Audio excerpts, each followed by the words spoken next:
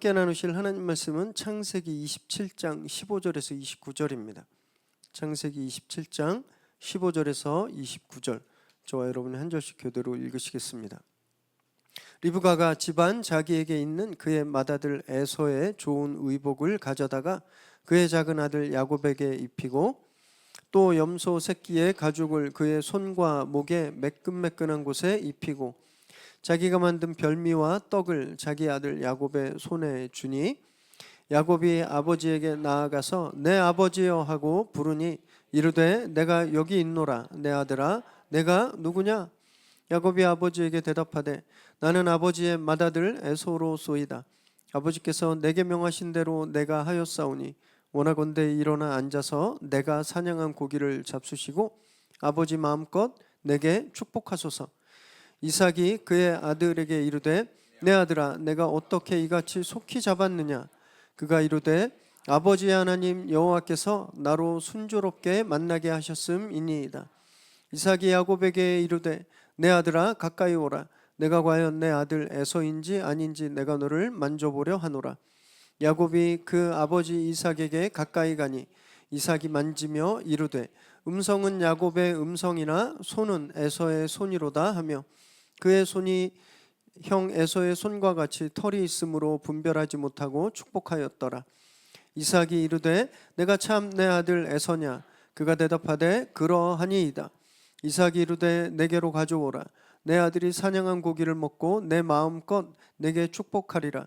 야곱이 그에게로 가져가매 그가 먹고 또 포도주를 가져가매 그가 마시고 그의 아버지 이삭이 그에게 이르되 내 아들아 가까이 와서 내게 입 맞추라. 그가 가까이 가서 그에게 입 맞추니 아버지가 그의 옷에 향취를 맡고 그에게 축복하여 이르되 내 아들의 향취는 여호와께서 복 주신 밭의 향취로다. 하나님은 하늘의 이슬과 땅의 기름짐이며 풍성한 곡식과 포도주를 내게 주시기를 원하노라. 함께 읽습니다. 만민이 너를 섬기고 열국이 내게 굴복하리니 내가 형제들의 주가 되고 내 어머니의 아들들이 내게 굴복하며 너를 저주하는 자는 저주를 받고 너를 축복하는 자는 복을 받기를 원하노라. 아멘. 오늘 우리에게 주시는 하나님의 말씀입니다.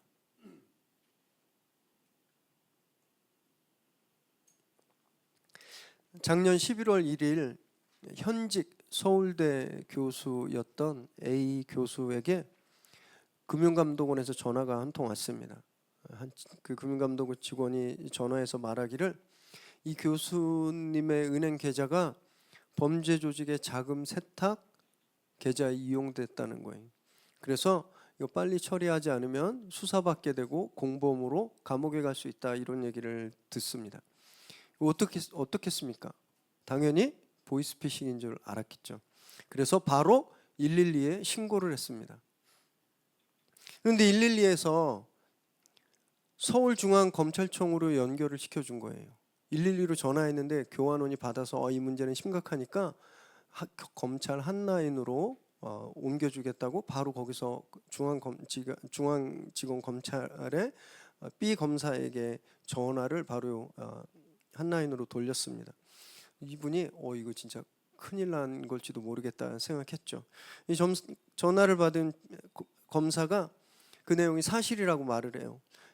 몇 월 며칠 몇 시에 당신이 가지고 있는 끝자리 뭐뭐로 끝나는 계좌가 이 조직범죄의 자금 세탁에 쓰였다.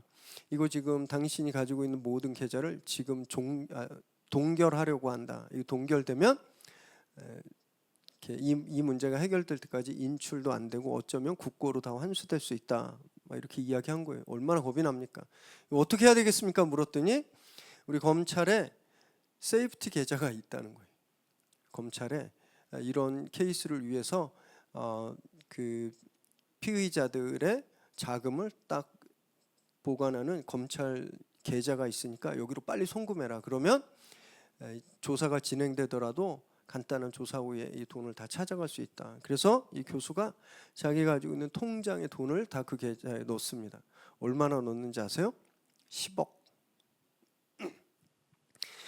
이 보이스피싱으로 알게 돼서 이 교수가 신고를 하고, 그래서 경찰이 어렵게 이 보이스피싱 조직을 잡았습니다. 그랬더니 이들이 무려 5년 동안 같은 방법으로 몇 명한테 똑같은 사기를 쳤는지 아세요? 1891명. 액수가 어마어마합니다. 사기당한 액수가 1,500억이 넘었어요. 그리고 이 피해자들의 상당수가 의사, 교수, 심지어 변호사 이런 전문직 그리고 대기업 직원들이었답니다. 보이스피싱 하면 시골에 계시는 어르신들이나 연세가 많아서 뭐 잘 모르는 분들만 이렇게 속을 거라고 생각하시잖아요. 바뀌었습니다. 시대가 이제 그분들은 보이스피싱 안 당해요. 보이스피싱 조직들이 노리지도 않습니다. IT가 발전하고 AI가 발전하면서부터 이들의 기술도 진보되었어요. 이 조직들이 어떻게 이용했냐 하면 스팸 메일이나 문자를 통해서 그 교수 전화기에 악성 앱을 심어놨습니다. 그래서 112나 검찰청 같은 이 번호로 전화를 하면 자기들이 받게 해킹을 해놓은 거예요. 그냥 112로 걸었는데 검찰에 연결하고 믿어버린 거죠. NFT 투자 사기도 마찬가지입니다. 이 NFT는 뭐냐면 이제 코로나 이후에 그 암호화폐 열풍 속에서 막 혜성처럼 등장한 신기술이에요. 주로 이제 미술 작품이나 예술 작품인데 온라인상에서 내가 그림을 그리거나 그러면 거기에 NFT라고 하는 어떤 특정 마크를 심습니다. 그러면 이걸 판매할 수 있어요. 이거는 대체가 불가능한. 그래서 이게 앞으로 신종 투자 사업이다. 막 한때 떴던, 지금은 거의 사라졌는데 한때 떴던 신기술인데 이 투자 설명회를 여는 거예요. 그래서 여기에 투자하면 이게 코인 다음 세대다. 100% 수익 난다. 그래서 투자자들을 모으고 처음 몇 달간 진짜 수익금을 지급합니다. 그리고 때가 되었을 때 더 큰 투자를 받아요. 당신들이 수익을 내니까 더 크게 투자해라. 더 받는다. 그래서 투자금을 왕창 땡기고 잠적합니다. 이런 사기는 액수도 진짜 큽니다.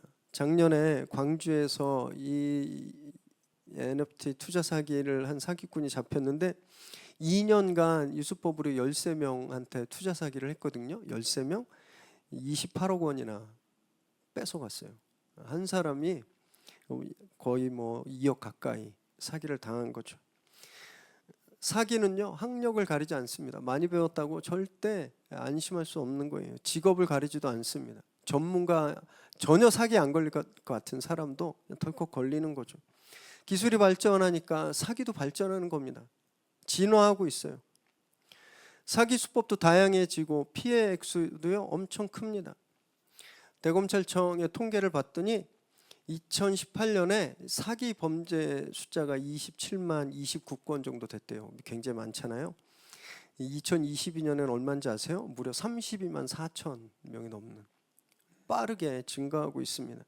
그리고 더 참 안타까운 건 이 사기범들 중에 19에서 30살가량 젊은 사기꾼들이 비율이 27%나 된대요. 가장 많았다고 합니다. 이게 얼마나 안타깝습니까? 이 나이는요 꿈을 꿔야 되는 나이예요. 그리고 자기 발전과 공동체 진보를 위해서 노력해야 될 이 청년 세대가 그 재능과 그 기술을 가지고 사기치고 있는 거예요. 참 안타깝죠. 그리고 사기는요 아는 사람한테 더 당하는 거 아세요? 형사정책연구원이 통계를 냈는데 사기 친 사람과 사기 당한 사람의 관계에 대해서 조사했습니다. 그랬더니 모르는 사람한테 당하는 사기, 보이스피싱 같은 거 33.8%밖에 안 된대요. 나머지 66.2%는 가족, 친척, 친구들한테 당한답니다. 우리말 아는 사람이 더 한다 이런 말 있잖아요. 아는 사람이 사기를 더 치는 거예요. 오늘 본문에 꼭 이런 사람이 나옵니다. 아는 사람한테, 그것도 가족한테 사기당한 사람이 나와요. 이게 진짜일까? 아닐까? 반신반의했지만 결국 사기에 당하고 맙니다. 이렇게 한번 생각해 봤어요. 사람한테, 그 가족한테, 친구한테, 아는 사람한테 우리가 이렇게 쉽게 사기를 당할 수 있다면 사탄한테는 얼마나 잘 속을까?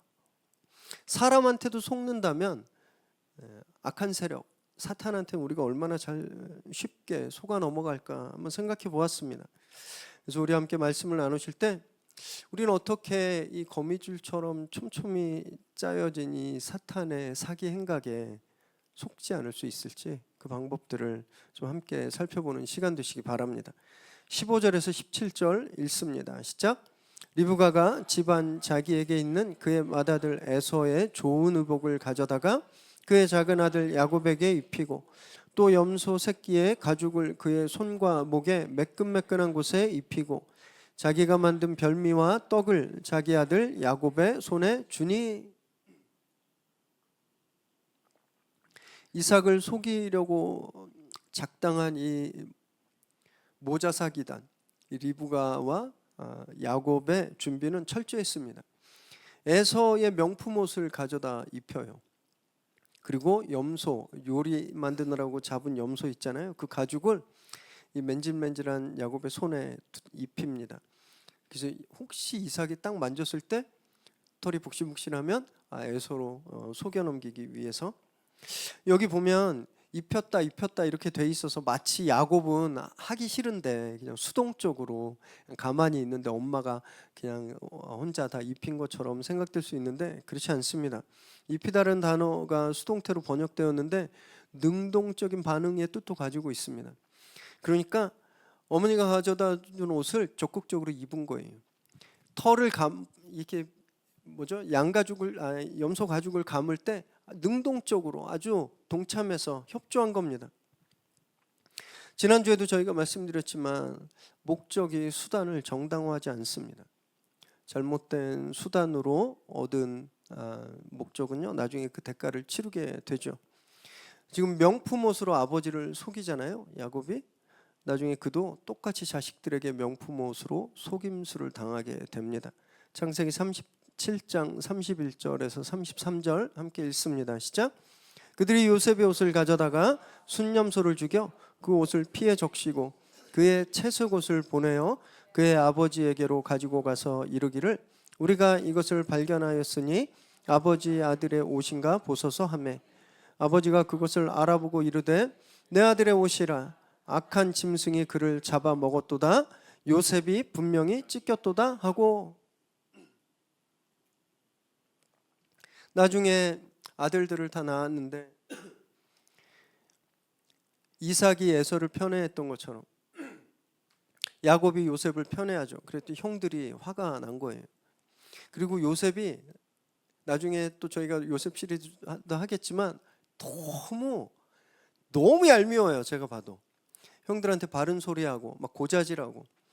그래서 형들이 처음에 요셉을 죽이려고 그랬습니다. 그런데 요셉을 죽이지 않고 요셉을 팔죠. 대신에 요셉의 채색옷. 형들은 다 보세옷 입혔어요. 그 무명톤의 보세옷을. 그런데 요셉에게만 컬러풀한 명품 옷을 입혔던 거예요. 그래서 형들이 요셉이 입었던 명품 옷에 짐승의 피를 묻힙니다. 그래서 이걸 아버지에게 갖다 주고 당신 아들이 죽었다고. 야곱이 똑같이 명품 옷에 속아 넘어가죠. 그래서 그는 나중에 애굽에서 요셉을 다시 만나기 전까지 근심 가운데 살아가게 됩니다. 자기 죽은 아들을 그리워하면서 살아가게 되는 거죠. 입지 말아야 할 옷을 입잖아요. 그럼 반드시 그 대가를 치르게 되는 겁니다. 그래서 우리는 아무 옷이나 함부로 입으면 안 돼요. 하나님이 주시는 의의 옷을 입어야 합니다. 그래야 안전할 수 있어요. 세상은 우리한테 끊임없이 명품 옷을 권합니다. 재물이라는 옷, 권력이라는 채색 옷, 성공이라는 부티크의 옷, 우리를 유혹하죠. 이거 입으면 빠르게 성공할 수 있어. 근데 실제 보면 그런 옷을 입으면 빨리 성공해요. 빨리 성공합니다. 그리고 그런 사람들이 인정받아요. 우리는 개미처럼 막 이렇게 주식 한 주 사고 두 주 이렇게 사고 팔 때도 막 가슴 콩닥콩닥 되는데 미리 내부자 정보 알아가지고 딱 주가 조작할 때 딱 타면요 빨리 재산을 불리는 거죠. 빨리 성공해요. 진짜 세상이 주는 옷을 입으면 지름길로 달려가는 것처럼 보입니다. 그러나 그것은 절대 행복하지 않습니다. 이걸 꼭 기억하셔야 돼요. 우린요 세상이 주는 옷을 입고 지름길을 걷는 사람들이 아닙니다. 우리는 의의 옷을 입고 믿음의 정도를 걷는 사람들이에요.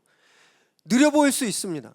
남들은 저만큼 앞에 가는데 나만 뒤에서 천천히 가는 것처럼 그렇게 느껴질 수 있어요. 하지만 그 길이 완전한 길이고 그 길이 안전한 길임을 믿으시기 바랍니다.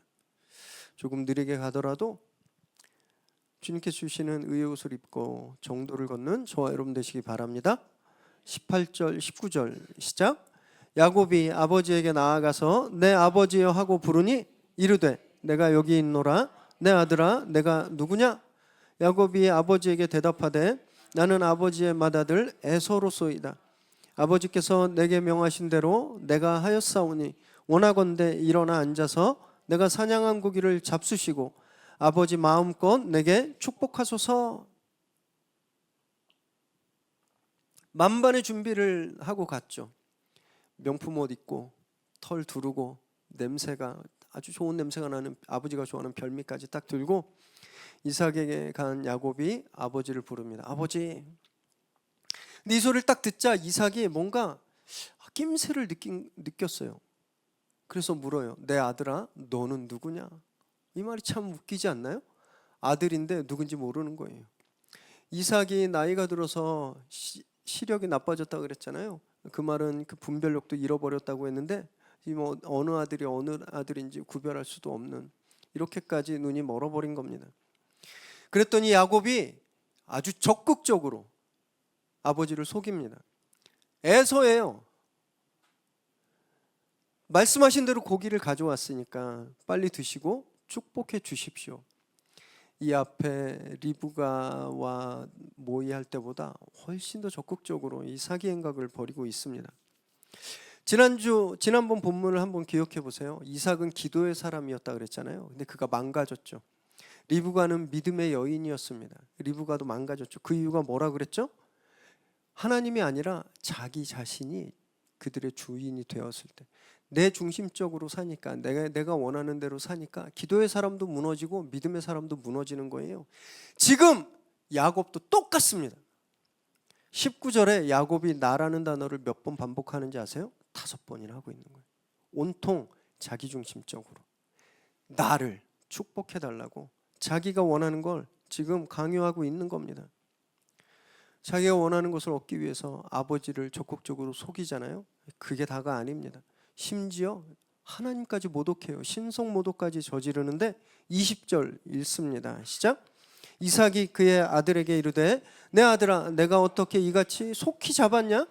그가 이르되 아버지의 하나님 여호와께서 나로 순조롭게 만나게 하셨음이니이다. 이삭이 아무리 생각해도 이상한 거예요. 평소에는 사냥 나가면 반나절 정도 있다가 와서 음식을 줬는데 나가자마자 바로 음식을 갖고 온 거예요. 그래서 아니 목소리도 애서 같지 않고 음식도 이렇게 빨리 갖고 왔는데 너 어떻게 이렇게 음식을 빨리 가지고 왔니? 물었더니 야곱이 뭐라고 말하는 거예요? 아버지의 하나님이 빨리 잡게 해주셨어요. 하나님 그런 일 없는데 하나님까지 이 사기극에 끌어들이고 있는 거죠. 하나님의 이름을 망령되 일컫고 있는 겁니다. 내가 주인이 되면 이렇게 끝도 없이 추락하는 거예요. 일말의 망설임도 없이 아버지를 속이고 하나님의 이름까지 모욕하게 되는 겁니다. 더 중요한 건 뭔지 아세요? 내가 주인 되면 하나님이 나의 하나님이 아닙니다. 야곱이 여기서 하나님을 누구라고 부르고 있나요? 20절에 아버지의 하나님. 이 말은 무슨 뜻이에요? 내 하나님 아니라는 거예요. 하나님은 아버지의 하나님이지 내 하나님이 아니에요. 자기 하나님이 아니니까 하나님의 이름을 이렇게 망령되이 일컫고 있는 겁니다. 이랬던 야곱이 20년 후에 가나안으로 돌아올 때 야복 강가에서 하나님과 씨름하죠. 하나님을 경험합니다. 그리고 나서야 그가 하나님을 나의 하나님이라고 고백해요. 무슨 말이냐면요, 하나님을 고백하기 전에는 내 하나님이 아니라는 거예요. 여러분 2주 전에 귀한 분이 오셔서 말씀 전하셨죠. 이용규 선교사님. 진짜 저도 너무 큰 은혜 받았고 또 이렇게 저에게 따로 해주신 말씀도 너무 기대가 되는 말씀들을 해주셨고, 유튜브가 2주 사이에 구독자가 순식간에 100명이 올라가고요. 그 설교 영상이 13,000회가 넘어요. 댓글도 막 쭈루루 달리고 다 은혜 받았습니다, 감사합니다 막. 근데 여러분, 그러고 끝나면 아무 소용 없습니다. 이용규 선교사님이 자카르타에서 경험한 그 하나님을 소개받고 은혜 받았습니다 하고 끝나면 아무 소용이 없는 거예요. 그건 그냥 이용규 선교사의 하나님을 구경한 것뿐이 아닙니다. 그 말씀을 듣고 그분이 그곳에서 경험한 그 하나님을 저와 여러분이 이 자리에서, 우리가 사는 자리에서 경험해야 하나님이 내 하나님 되는 거예요. 아무리 훌륭한 분들이 경험한 하나님을 많이 구경한다고 해서 그 하나님이 내 하나님 되는 거 절대 아닙니다. 착각해요. 하나님을 경험하지 않으면서 남들이 경험한 하나님에 대해서 구경하면서 내가 그 하나님이 내 하나님이라고 생각하는 거예요. 마치 드라마, 넷플릭스 시리즈 보면서 자기 자신이 마치 그 주인공이 된 것처럼 그런 착각하는 신앙생활을 하는 분들이 너무너무 많습니다. 여러분, 하나님이 진짜 저와 여러분의 하나님이십니까? 그런 하나님을 경험해 보셨습니까? 하나님을 믿는 믿음으로 진짜 다 포기했을 때 하나님이 나를 살려주시는 그 경험이 있으세요? 앞뒤가 꽉 막혀서 숨 쉴 수 없을 때 하나님께 울부짖었더니 그곳에서 건져주신 하나님을 경험해 보신 적이 있으시냐고.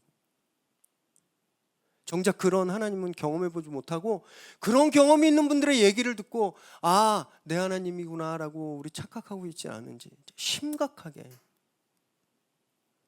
돌아봐야 됩니다. 제가 도전하는데요, 오늘 예배를 통해서 그 하나님을 경험하시기 바랍니다. 구경하지 마시고 진짜 그 하나님 경험하십시오. 제 설교로 하나님이 이런 분이구나라고 그냥 깨우치고 끝나는 것이 아니라 그 하나님을 체험하시기 바랍니다. 그래서 성경에 기록되고 있는 그 하나님이 저와 여러분의 하나님으로 정말 고백되어지게 되기를 바랍니다. 22절 23절 시작. 야곱이 그 아버지 이삭에게 가까이 가니 이삭이 만지며 이르되 음성은 야곱의 음성이나 손은 에서의 손이로다 하며 그의 손이 형 에서의 손과 같이 털이 있으므로 분별하지 못하고 축복하였더라. 대화를 나누면서 이삭은 이상한 이질감, 이상한 찜찜함을 계속 느꼈습니다.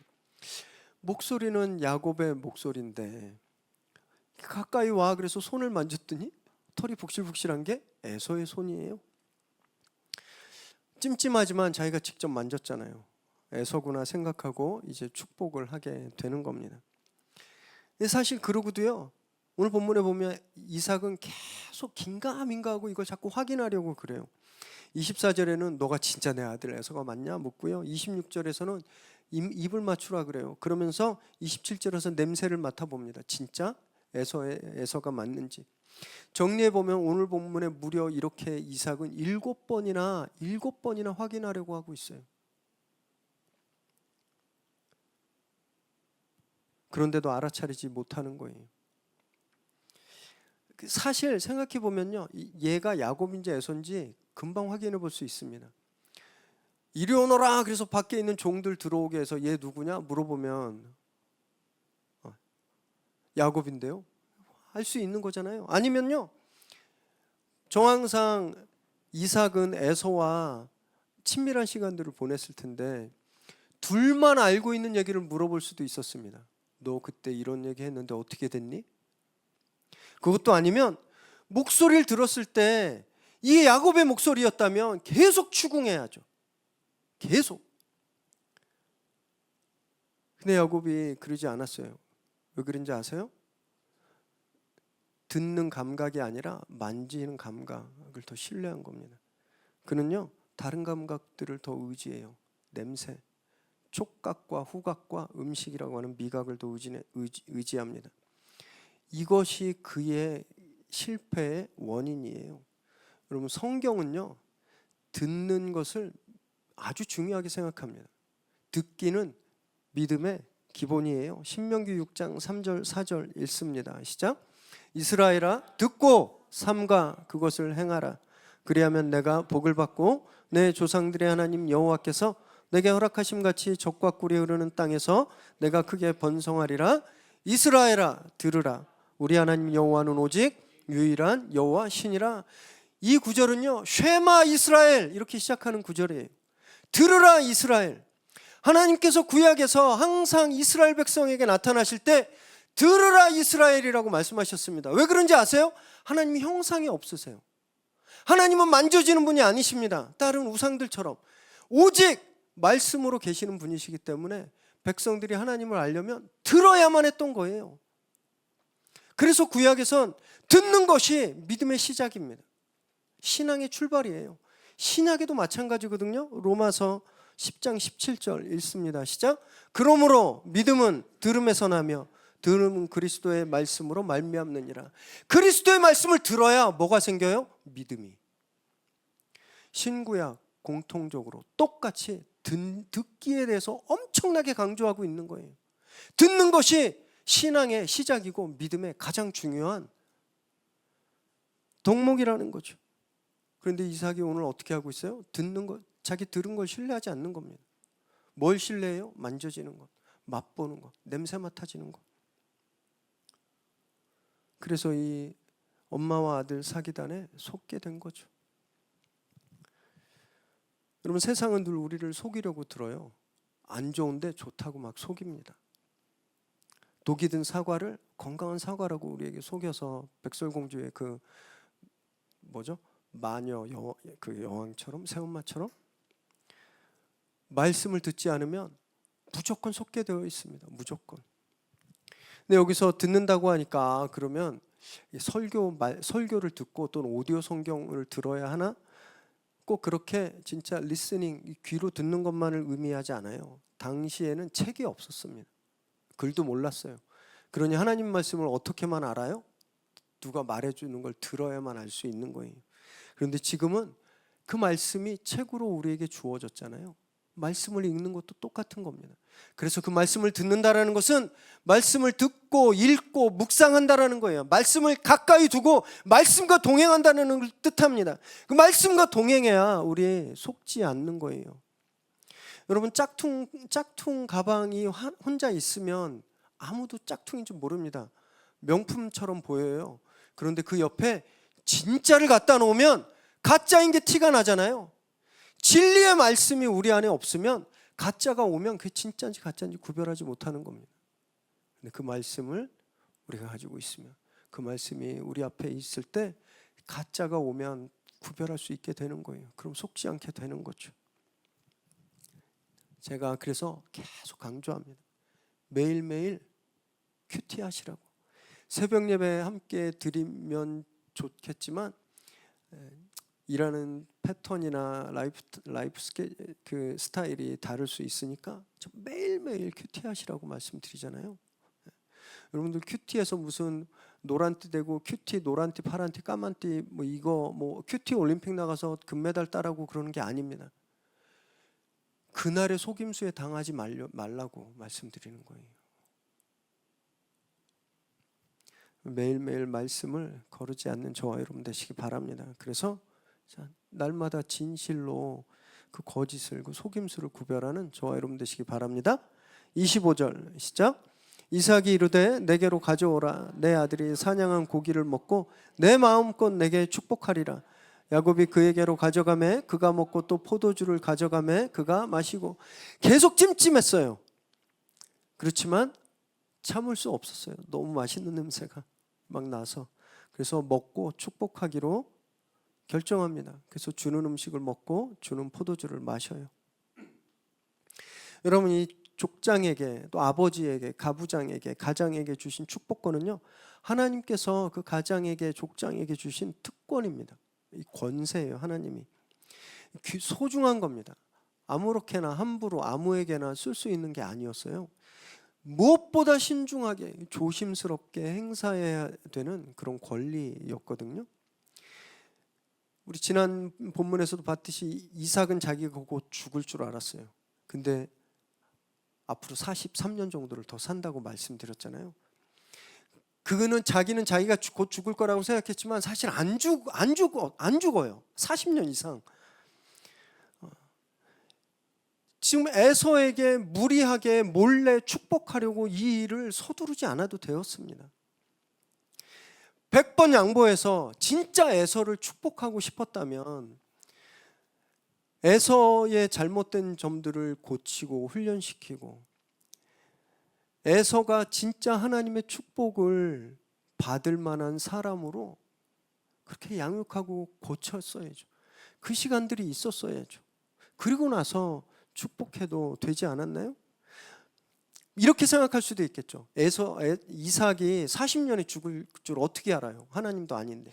하나님은 알지만 이삭은 모르니까 이때 많이 아파서 곧 죽을 줄 알고 이렇게 했겠죠. 틀린 생각입니다.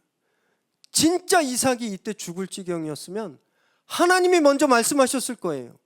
하나님이 아브라함에게 약속하셨잖아요. 내 민족을 통해서 만민들이 복을 받고 내 민족이 나라가 될 거라고 말씀하셨잖아요. 그럼 그 축복이 끊어지게 하시겠습니까? 이삭이 축복도 못하고 그냥 확 죽게 하셨겠어요? 그러지 않으시는 거예요. 기도하지 않으니까 사리분별을 못하고 하나님도 못 믿고 조급함에 막 이런 일을 저지른 거예요. 그리고 결국 음식 때문에 자기에게 주어진 정말 가장 소중하고 거룩한 권리를 넘겨버린 셈이 된 거잖아요. 보이스피싱 아까 말씀드렸는데 보이스피싱 피해자들이 하나같이 하는 소리가 있어요. 너무 급해서 생각할 겨를이 없었다는 거예요. 갑자기 아들 군대에서 전화가 와요. 아들이 훈련받아 다쳤다고 빨리 병원 수술해야 된다고 돈 보내라고. 앞이 캄캄해지는 거죠. 막 급한 거예요. 돈부터 보내는 거죠. 딸이 납치돼서 지금 우리가 데리고 있으니까 돈 달라 막 정신이 나가는 거죠. 막 급한 거죠. 저도 그런 문자 많이 받았는데 아빠 나 전화기 액정 깨져서 지금 고치러 왔는데 빨리 돈 달래 막. 얘가 전화기가 필요한데 그럼 빨리 보내는 거죠. 성급하면 속는 거예요. 급하니까 속는 겁니다. 여러분 우리말에 급할수록 돌아가라 이런 말이 있잖아요. 똑같습니다. 급할수록 기도해야 돼요. 그래야 속지 않을 수 있습니다. 기도 안 하면 무조건 속게 되는 거예요. 이삭은요, 자기 수명이 얼마 남지 않아서 난 이제 곧 죽는다고 하는 그 순간에 기도했어야 됐습니다. 하나님, 제가 죽을 것 같은데 제가 에서를 너무 사랑해서 에서한테 축복하고 싶은데 하나님 뜻은 어떠신가요? 기도했어야죠. 하나님이 그러면 그래라 그러셨겠습니까? 지금은 아니야. 말씀하셨을 거예요.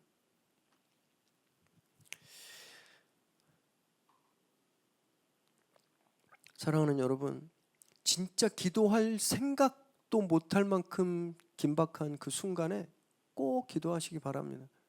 그 내공이에요, 내공. 그러려면 평소에 기도해야 됩니다. 그 파리올림픽 이제 오늘 아마 폐막했을 텐데 선수들 보니까요, 마지막에는 힘으로 경기하는 게 아니에요. 평소에 흘린 땀의 내공으로 경기하더라고요. 태권도 선수 봤는데 발이 안 올라가는데 하더라고요. 평소에 기도하지 않으면 긴박한 순간에 기도할 수 없습니다. 기도가 우리 몸에 배지 않으면 기도할 수 없어요. 그러면 속는 거죠. 늘 기도하십시오. 기도가 습관이 되고 기도가 우리의 내공이 되시기 바랍니다. 그래서 세상이 우리를 속이려고 할 때 딱 그 순간에 기도로 그 타이밍을 끊고 그 속임수를 이기는 저와 여러분 되시기 바랍니다. 26절 27절 시작. 그의 아버지 이삭이 그에게 이르되 내 아들아 가까이 와서 내게 입맞추라. 그가 가까이 가서 그에게 입맞추니 아버지가 그의 옷에 향취를 맡고 그에게 축복하여 이르되 내 아들의 향취는 여호와께서 복 주신 밭의 향취로다. 마지막으로 한 번 더 이 아들이 에서인지 이삭이 또 확인합니다. 가까이 와서 입 맞추라 그러는 거예요. 그러면서 채취를 맞습니다. 마침 야곱이 입고 있던 그 에서의 그 명품 옷에 에서의 땀 냄새가, 채취가 배어 있었나 봐요. 이삭이 그걸 맞더니 야곱을 28절 29절처럼 축복하는데, 땅의 풍요로움을 축복하고 그가 군사적으로도 정치적으로도 세력적으로도 형제들보다 위에 서게 될 거라는 축복을 하고, 심지어는 너를 축복하는 자는 복을 받고 저주하는 자는 저주받는다라고 하는 하나님께서 아브라함에게 특별히 주신 그 축복까지 몽창 하나도 남김없이 야곱에게 주었습니다. 사기극이 성공했죠. 이제 이 축복은 온전히 야곱께 되었습니다. 거짓말로 받은 축복도 인정되나요?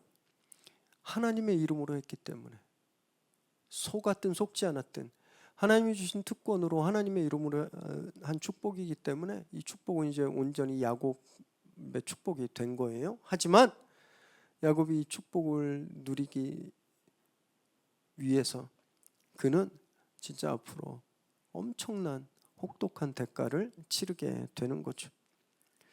이 본문을 묵상하면서 야곱이 아버지에게 입맞추는 이 장면에 겟세마네에서 가룟 유다가 예수님께 입맞추는 그런 장면이 오버랩됐습니다. 배신의 입맞춤, 사기의 입맞춤이죠.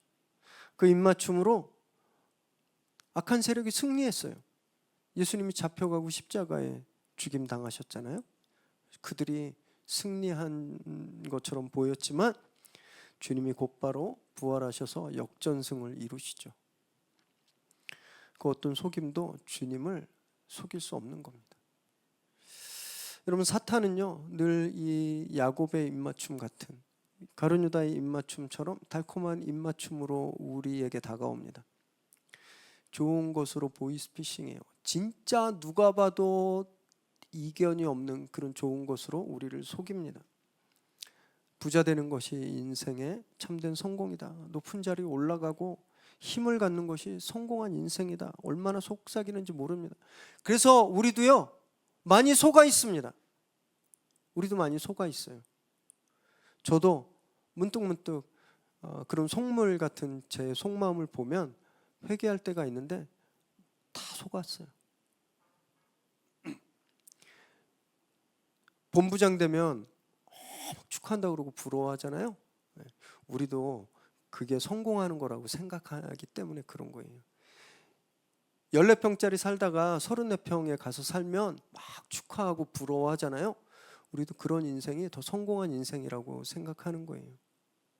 저와 여러분도 많이 속아 있는 겁니다. 여러분, 우린 사탄의 속임수에 이 속임수를 배견할 수가 없어요. 사탄은 진짜 이 속임수의 대마왕입니다. 주님이 이렇게 말씀하셨거든요. 요한복음 8장 44절 시작. 너희는 너희 아비 마귀에게서 났으니 너희 아비의 욕심대로 너희도 행하고자 하느니라. 그는 처음부터 살인한 자요 진리가 그 속에 없으므로 진리에 서지 못하고 거짓을 말할 때마다 제 것으로 말하나니 이는 그가 거짓말장이요 거짓의 아비가 되었음이라. 예수님 말씀하시잖아요. 사탄이 거짓말 그 자체, 그리고 모든 사기의, 모든 보이스피싱의 원조라는 겁니다. 우리 힘으로 이 초특급 사기꾼을 절대 이길 수 없죠. 사람한테도 그렇게 속는데, 그죠? 수십 년을 같이 산 부부도 나중에 속았다 이런 말하는 분들 많이 보지 않았나요? 내 속으로 난 자식인데 속아요. 얘가 마약을 했을 리가 없어요. 사탄이 맘먹고 우리를 속이면 우리는 어떻겠습니까? 누가 그걸 이겨내겠어요? 인정해야 되는 겁니다. 나는 무조건 넘어간다. 그래서 이 사탄을 이기려면요 한 가지 방법밖에 없습니다. 이 사탄을 이기신 주님과 함께 있는 것, 그거밖에 없어요. 그럴 때 우리가 악한 세력의 속임수를, 그 보이스피싱을 속지 않게 되는 겁니다. 날마다 십자가 앞에서 연약한 이 속기 쉬운 나를 죽이고요. 이 속임수에 당하지 않는 그 강한 주님께 우리 삶의 주인자를 드려야 하는 겁니다.